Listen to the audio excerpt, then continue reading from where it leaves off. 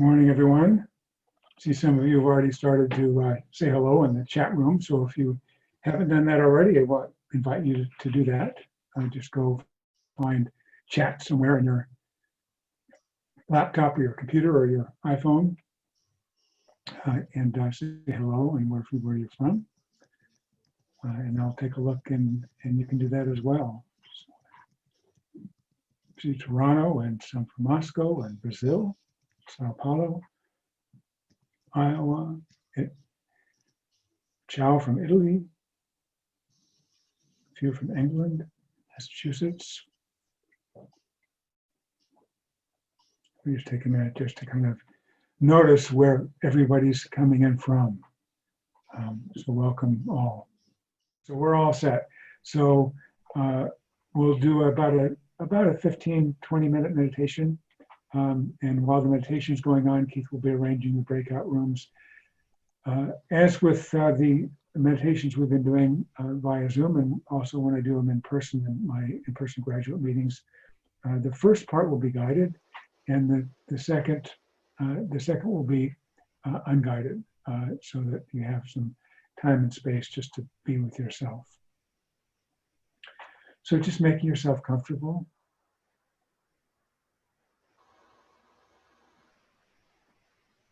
And finding your seat, whether you're sitting on a chair or a couch or a cushion.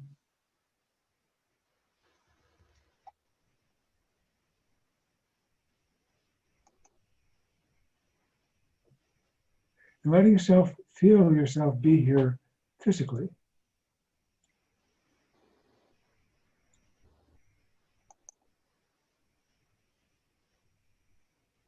Feeling your feet making contact with the floor, your legs making contact with the floor, the couch, or the chair.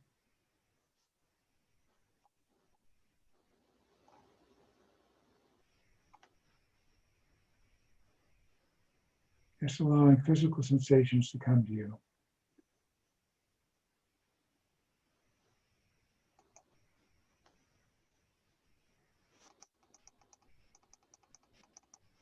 Checking in with your body, seeing how it is right now.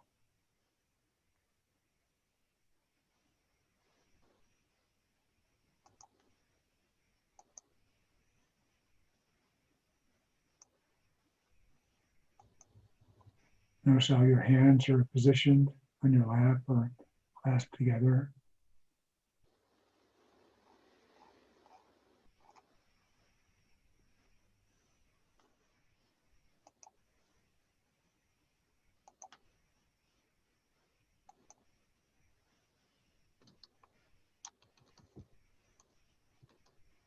Let the arms just rest as they are by your sides.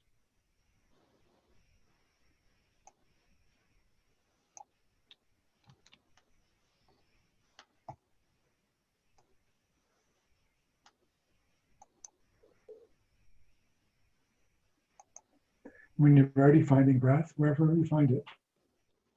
Most vividly for you, it could be your belly, or it could be your chest.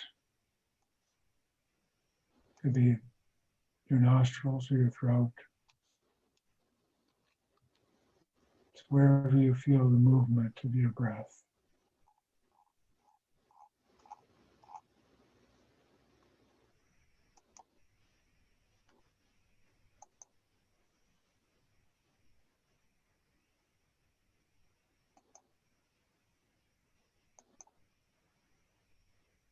It's not particularly important exactly where you feel your breath, just wherever it is you can feel its movement, whether in your chest or belly or chest or nostrils.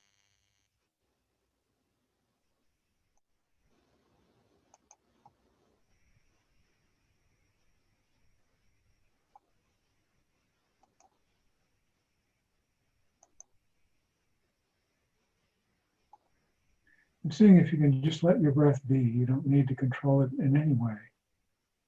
You will naturally take an in-breath when that needs to happen and an out-breath when that happens.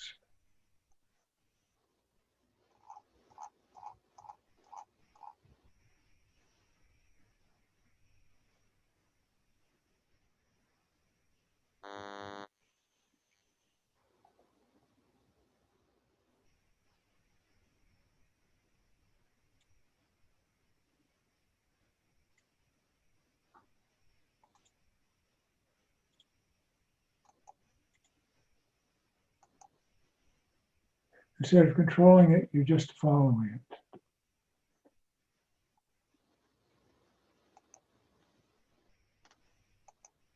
You just kind of watch it and notice, same way you would notice waves at the seashore. A wave comes in, when it comes in, spreads out along the sand, smooths the sand, and then goes back out. And another comes in when its time comes.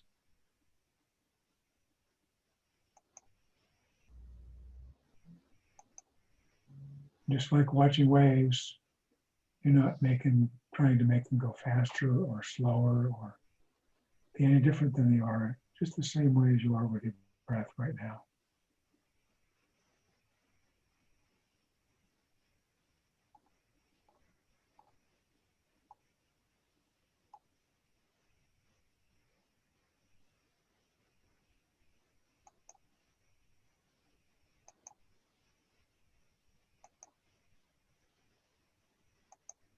You can even get curious about it, just noticing just how it is that it turns around really on its own. You don't force change from an in-breath and out-breath or the other way around. It happens on its own.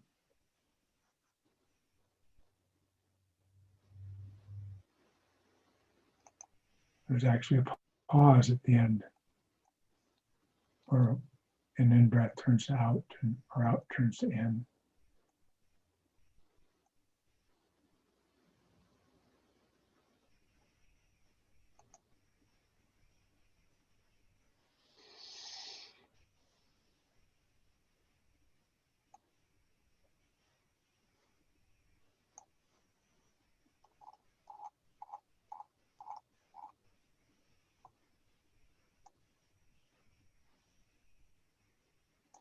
And seeing if you can experience the whole cycle all the way, the whole in-breath and where it turns around, goes to an out-breath.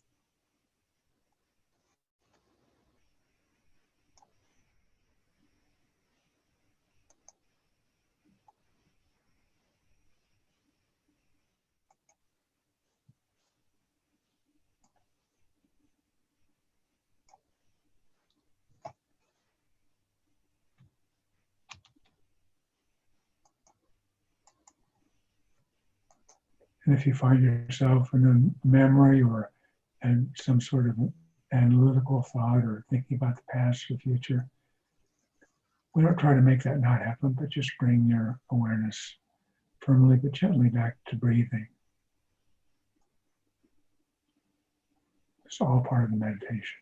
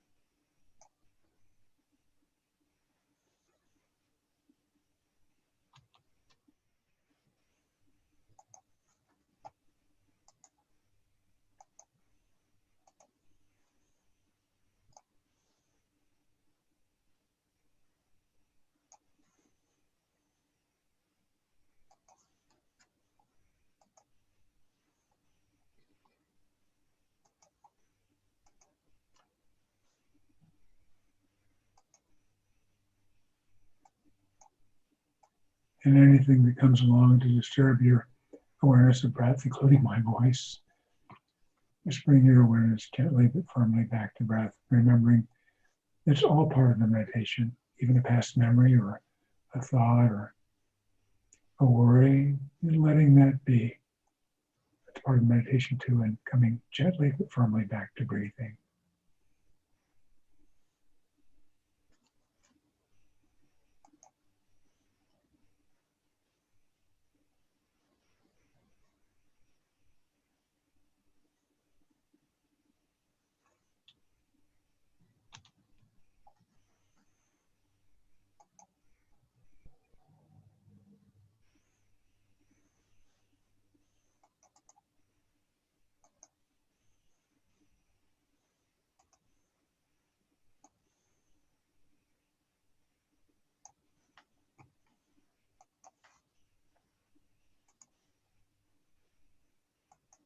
The next 7 or 8 minutes will be silent, and you can continue with the breath meditation or whatever kind of meditation you like. This is going to be your time for the next 7 or 8 minutes, and you'll hear the bell before we come back.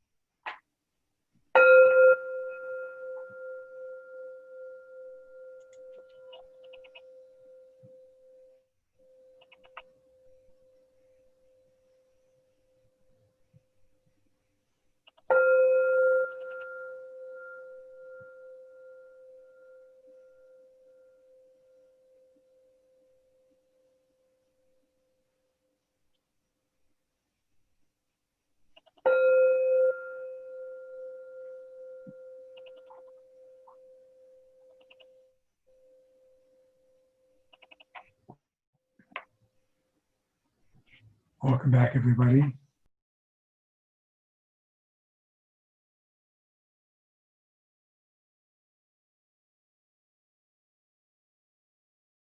think we're all coming back now. I think we're all officially back. I see 68 people here. That's the number of people we had going into breakout rooms, I think.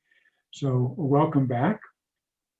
So a little disoriented coming in and out of the breakout rooms the way that we do, but I'm glad to see you all back here. So at this point, we have about 16 or 17 minutes left. If you have any comments or any sharing you'd like to make about the breakout room, you can do that via the chat room. Just make a note on the chat. We have some time now for some Q&A before we end at 1/2 the hour. And so let me just get things organized here. I'm going to open up my chat room so I can see it. And any comments anything you want to share, you can share it there. And as that's happening, if you have a question, I can see there's already a raised hand. If there's a question or a comment, we can share the whole group. He's up. Yes. Thank you. Dave, I just wanted to thank you for the recommendations for the ongoing groups every week. I've been joining the MBSR at UMass on Monday nights, and I think that it's Mindful Leader, every hour on the hour, and I really appreciate that because it keeps me accountable, and to sit with someone else and doing the practices once a week has been really helpful. So I just wanted to. That's great. So you're doing they have meditations going every hour of every day. Is that the one that is? Yeah. So you've picked an hour that you like, and you come back to that hour. Is that right? Same one? Exactly. So it's every hour on the hour. So it's 15 minutes of silent meditation and 15 minutes of sharing one of the questions that the volunteers are bringing up. So that's 24/7. No, 24/5, Monday through Friday. And it has been really helpful. And the other one, it's UMass on Monday. Well, it's time Monday at 7 o'clock at night. So that's and if anybody wants to find those, an easy way to find those is you go to resources and go to the COVID resource list on the website. You'll find the listing for Mindful Leader and also for the UMass meditations and all the others that are going on. But Mindful Leader is the one that has a meditation every single hour. So you just have to find one that works for you. And Leora, have you found that when you come back to that one, you see some of the same people there? Do you actually see them, or how does that work? Well, it depends. Some of them have the camera on, some of them have the camera off. So, and the Mindful Leader, it's usually like small groups, maybe 3-4 people, 5, 6 at most. But it has been really, really great. And I think that people, get into their own schedule. Because of my work, I've been like maybe changing. So I see different people every time. But yeah. Share. And is there time? Is it just a meditation, or is there time for sharing as well in those groups? It's 15 minutes meditation and 15 minutes to share. So it's a half-hour practice. Nice. Yeah, very nice. Yes, really nice. And thank you very much. I wanted to thank you. Yeah, thanks for sharing that and letting us know how that works. There is just so much that is coming available through as a result of COVID that free meditations and free teachings and things like Mindful Leader. And my expectation is that many of those will continue, so that all the options we have now, there'll be some that will drop away, but others I think will just continue. So we'll have more options to do virtual things like Leora, you're enjoying with Mindful Leader. And Mindful Leader is doing a lot of really great work. They've got a number of different courses that they're hosting and make available, but also those free meditations. So thanks for sharing that. So any other questions or comments? Hi, my name is Alma. Hi, Alma. Hi, Dave. I just want to say how incredibly full my heart is right now with gratitude for the work that you've done. I came across your course, I just looked it up. It was 6 years ago. And I never would have thought that it would have led me down this path that I've gone, and just being a healthier person emotionally. And I just want to express my gratitude to you for the work that you've done. Well, it's so nice to hear. Thanks for sharing that. 6 years ago was when I first put the online course up. So you were one of the first. I guess so. I thought it had been 10 years, but no, it was from 2015. Yeah. So thank you. Thank you very much. Well, you're welcome. It warms my heart to know that it's useful to others. That's, of course, why I do it. Some of my friends ask me, say, why do you do this for free? Why don't you charge? I say, well, first, I don't have to. And it's really a blessing that I don't have to. But second, it's something I'd want to be free. And I enjoy doing it. It's a labor of love for me. Dave, Hema Mitsara has a question. Okay. Hi. I also want to just echo the thank you first of all. I thought it was about 10 years ago that I did it, but it must have been 6. And I remember looking for MBSR courses, and they were all very expensive, and I couldn't believe it when I found something that was free. And it's been amazing, and I've recommended it to lots of other people. And I was just wondering if anybody else had done the course more than once, because I'm thinking of doing it again. And if so, what your experience had been? Yeah, so anybody would like to share that, it'd be a time you could do that. Or, it'd be interesting if anybody has taken the course more than once, come back to it a second or third time, or visit again. Maybe you could just click on the yes, and I can see if there's, but even better, that would be sharing. Anybody's had that experience. Like to do that, you can raise your hand so I can recognize you.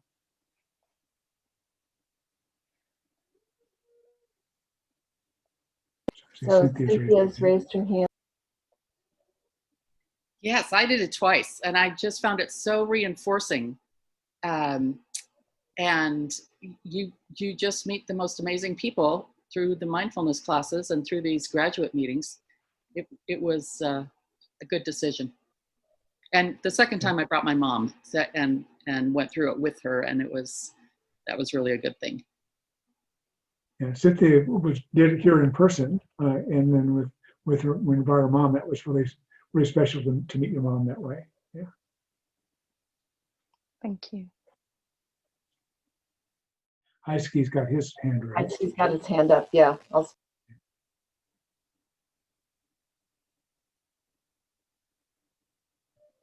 Hi. I just wanted to share that I didn't do the course twice, although I'm planning on starting over now. But after I finished the course, I went through all the graduate meetings, and they took longer than the course. And I think that there is incredible value there. So that's another thing that I would recommend, like not just going over the material, but also reading and watching the videos in all the graduate meetings. Thanks, Highski, and thanks for mentioning that. I'm planning to take the graduate materials, which are all in English right now. And Highski, you may be able to help me with some of this. We talked about this, and translate those into Spanish, so those will be available for Spanish-speaking folks as well. But there's a lot of material there, as Highski says. There's actually more material there in one sense, or at least as much as there is in the regular. Actually, maybe more. There's 25 different topics and videos for each, so I wouldn't be surprised. I would say way more. Way more. At least it took me way more. Yeah, thank you for that. And by the way, speaking of translations, we've been working on a Russian translation for about 3 years, and there's one person in particular who's done the bulk of the translations, and we're about to finish with that. And next week we should see a version of Palouse Mindfulness in Russian. And close behind that is Portuguese, and another one's going to happen in Chinese. So a lot's happening there, keeping me very busy. So we've got a few more minutes. Any other questions or comments?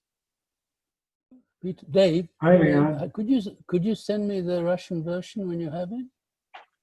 Yes, I'll make an announcement to everybody, but I will do that. I'll make a note to send it to you directly. And it's just about complete now. I could send it. I'll send you a private note about how to access it. And I see Pepita has a hand raised. Yeah, I was just thinking maybe you need a Dutch translator, and I can translate everything in Dutch if you like. Well, thank you for that. It's a huge job. It's a very big job. And the way we usually start these things is I have people start with the videos, because while it's difficult for me to figure out how to put in an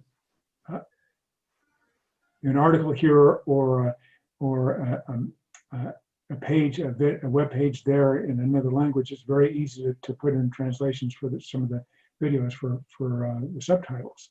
So that's a great way to start. Okay. Pepita, have I got your name right, Pepita? Yeah, right? that's right.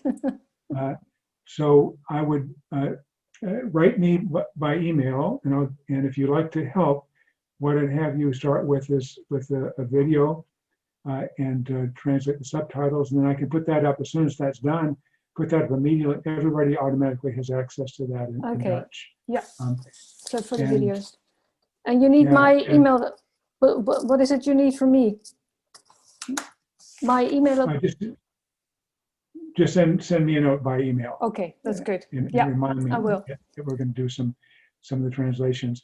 So when we did the translation we did in Spanish, the first one we didn't actually do everything. We still don't have the graduate pages up, and didn't have resources pages in the beginning or some of the other pages. We estimated it was 180,000 words. All of the articles, all of the videos, all of the pages. It's a lot. It's really quite. They all start with one. They all start with one, and some of the ones you don't expect will do happen. Like the Russian one, it was just one person basically was doing nearly everything. She's a psychotherapist and had children, and she's doing this nights and weekends, and it's just getting done. So that's where we'll start with that. And what we might also do is I can put out some notes to people who are also from Holland or other Dutch-speaking countries. Okay. Are there any other Dutch-speaking countries? Belgium. Belgium. Yeah. And see if there's anybody else who would like to help, and then with some company it can go a little bit faster. Yeah. And once we get the videos done, if there's still some momentum there, then we'll create a separate site for Dutch and have it grow that way. That's how we've done it in the past. Okay. Thanks for the offer. That's very cool. You're welcome. And maybe we have time for one more comment or question before we close.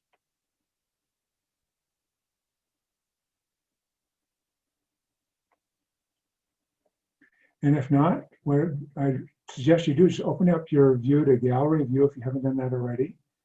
And so you can see everybody. I'm going to expand my screen so I can see everything. Dave. There you are. Okay. And Lorraine, were you going to say something? Yes. Yeah, I just want to say that I'm doing again the course, checking all the translation in Spanish after 20 years of experience with this, and it's been amazing, amazing, amazing opportunity, beautiful work, and I'm having a beginner's mind, learning beautifully again with all the work. Thank you so much to you and the community that participated in the translation. Great job. Thank you. And thank you to you. Lorena has done this, the basic meditations for the Spanish course. It's her voice for the sitting meditation, for the body scan, for the loving kindness meditation. It's thanks to her we have Spanish speaking meditations on the Spanish site. So thanks to you for that. A big bow to you, Lorena, for helping to make the Spanish course happen. My honor. Thank you. Yeah. Amazing, everybody offering to translate. It You know, is. my language, Irish, nobody would be interested. Hardly anybody speaks it. Well, you know, when the videos are for me to put the videos in, that's very easy for me to do. The subtitles, I can make it part of the course without having to figure out where to put it in the course. I just make it a subtitle. And if you were to look at the very first video in the introduction, it's got about maybe 11 or 12 languages. So that means that's how many translations have been started. And a few of them will actually finish for the whole course, but at a minimum, we'll have a few of the translations done for some of the videos. And it's so amazing. It's a lot of work. You can imagine it to do these translations. I know even when I've taken one of the English ones, when if I haven't farmed it out to a closed captioning company and making sure the English is fixed, it takes a long time just to make sure that things are right, even if I have a good place to start from. So it's quite a commitment and a great contribution that people have given. I don't know how it's been for you. I've been able the last few times to be able to go into some of the small groups, which has been very nice. And I found people that well, of course, for me, that wouldn't be surprising. I'd see people I know, but I hear from other people when they go into small groups, they're starting to see people that they've seen before or have been in groups before. So the connections are starting to happen in a kind of a cool way now. And my plan is to continue these long term. So we'll have these every month, even after we begin the in-person graduate meetings again. I remember So one of my I felt sad when I finished the course because there was the graduate meetups and they were in Idaho. You're in Idaho, right? Yes. And I thought, I am never going to go to Idaho. I'm not going to be able to really have that experience. And this is just incredible. And I will be coming to more of them. And that course saved my life. So thank you again. Yeah. Well, that's very nice to hear. I mean, your experience and what you've experienced is why I do this. You know, to know that it can touch people that way. It's very cool we can do this by Zoom. You know, it's one of the silver linings of the coronavirus pandemic is that we discover we can do this. Yeah.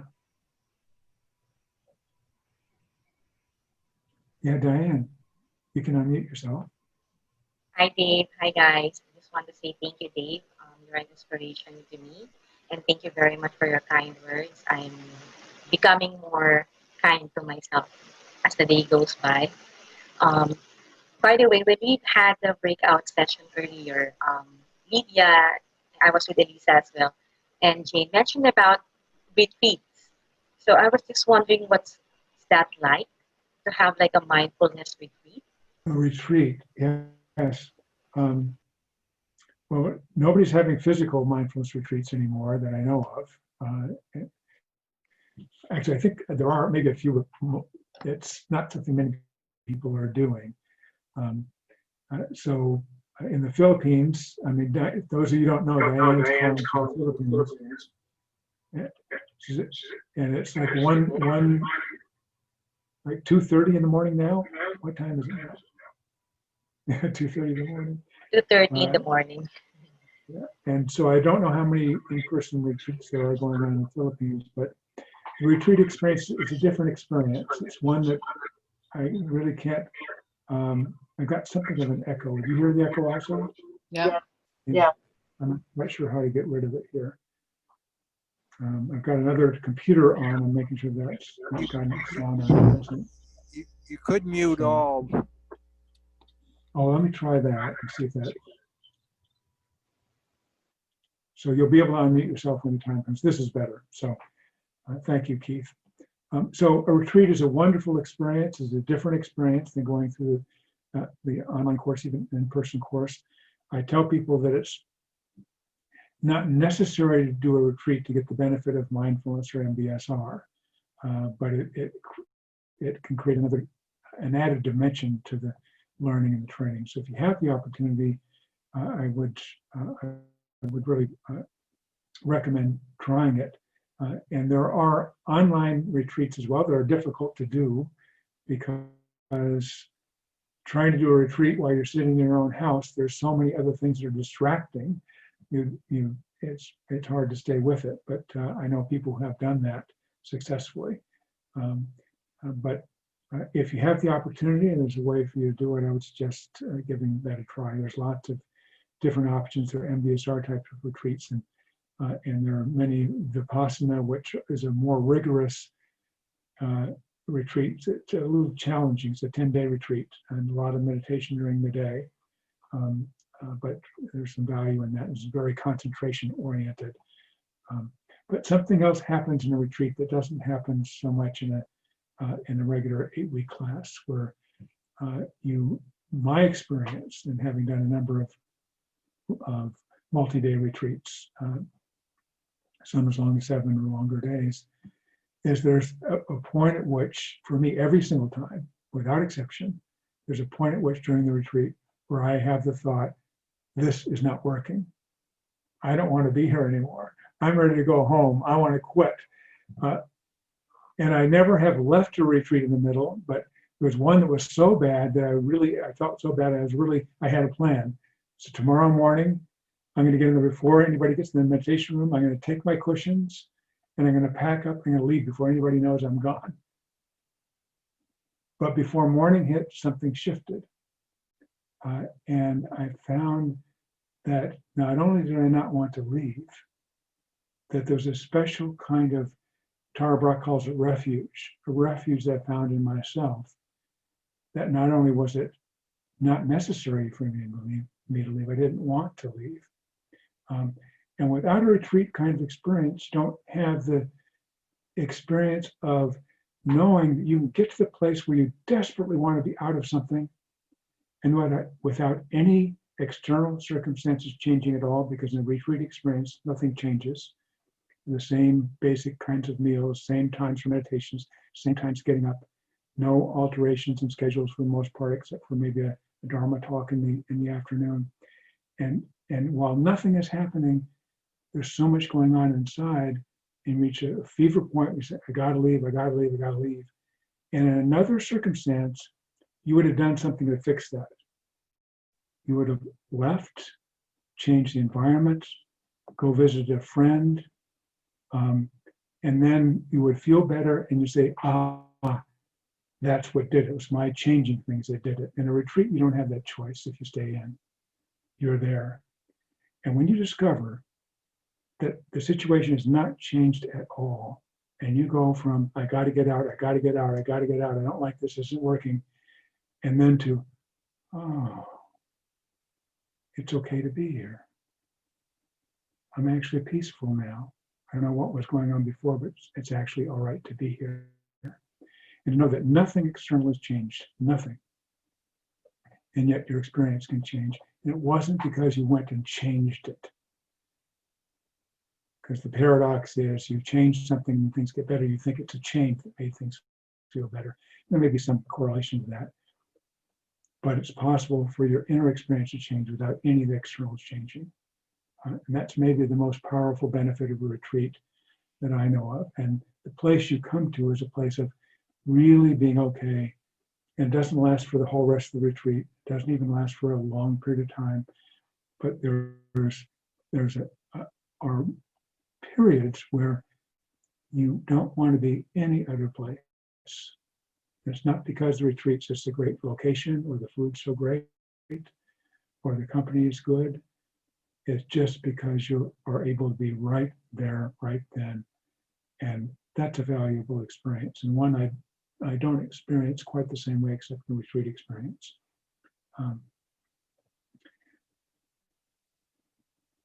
The danger with a retreat, though, is when you have that experience, and you have it for a few extended periods of time within the retreat, then you think, well, now I can do this anywhere, anytime. And you'd like that to be the case. doesn't happen that way. You know, it comes when it comes. But because you've cultivated that a little bit, the probability that it comes is greater than if you hadn't done the retreat. But it doesn't come because you forced it to come. You know, where even in the midst of difficulty, you can go have a breath and settle in a way that's, and you, and it will relate in some way to the training you've gotten through the retreat, but it's not, now I've learned how to do this, I can do it anywhere. So I don't know if that helps. Does that help explain a little bit? Everybody's experience is different. Very deep, but I hear you, Dave. And it sounds like it would be an amazing experience. I'll try to find a good one. Yeah. Thank you. Yeah. Alan's got his hand up, Dave. Yeah. So Alan, yeah. Can I unmute yourself? Yeah, thank you, Dave, and I appreciate and Lauren for hosting these sessions. I've been on week 7 now, and I'm trying to get a sense, because I'm always, I guess, naturally a person that looks ahead, which is helpful when you're driving your car. But is there anything you can tell me about what options are available as a graduate, so that I can start orienting myself to that situation, which is coming up very soon? And Alan, you said orienting yourself to a situation coming up very soon. Something specific in mind? Oh, Well, finishing the course? Specifically, you know, graduating from the course, but Oh, you know, I can see how this is going to continue on for me, but you know, I also don't want to miss any resources, because when I first came onto the course, there were things I didn't discover right away, because apparently I wasn't curious enough to click on things. So, yeah. is there anything that you know, or is this pretty well explained in something when you graduate? Well, when you graduate, I'll give you some links that you can go to that give more resources, some of which are on the page on the website. If you go to resources and teaching and retreats, and there's some other options to extend your learning. But I would suggest just going where you're led to go. You know, in the course of the videos that you'll see, you know, YouTube always recommends other videos that you might be interested in based on what you've seen before. In the resources section, there's a number of books. There's thousands and thousands of really good, really relevant books, and I just select a few that I know about that are there. And on the teacher training pages, there's some options that don't require you to go to a years-long set of teacher trainings, but some other books and resources to go on from there. But I would say just pay attention to what speaks to you in terms of where to go next, in terms of reading, in terms of videos.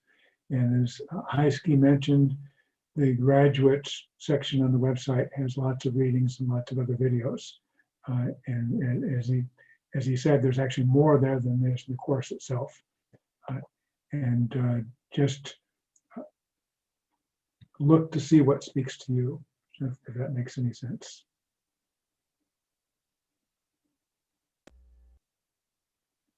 Is there also a graduate community that is separate from? Yeah, there is. We've got a Facebook community that's that are graduates, and if you choose to be part of that, you can be a part of that community. And of course, there's this. We'll do this every month. And once we start having in-person meetings that we'll have here in Moscow, we'll probably structure it. Those will be 6:30 in the evening, which not everybody can come to, but those will be recorded from here. And I'm planning to also have these monthly meetings where students and graduates can get together and share in small groups and breakout groups and so on. So there'll be a number of options when that time comes to. Thank you. Yeah, you're welcome. Thanks for that. Dave, Tissy Rose has her hand up. Yeah, Tissy. Hi, Dave. Thank you so much. I'm really happy that I could do this course.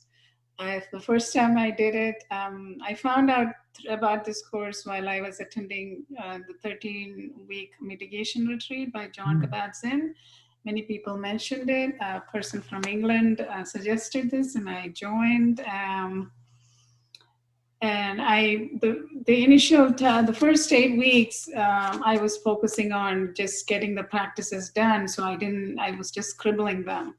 I didn't log them accurately, although I was benefiting greatly. But then I was with the small group in a WhatsApp group, and we all encouraged one another to stay with the course. And finally, I was able to graduate this week, and I'm so happy to attend as a graduate.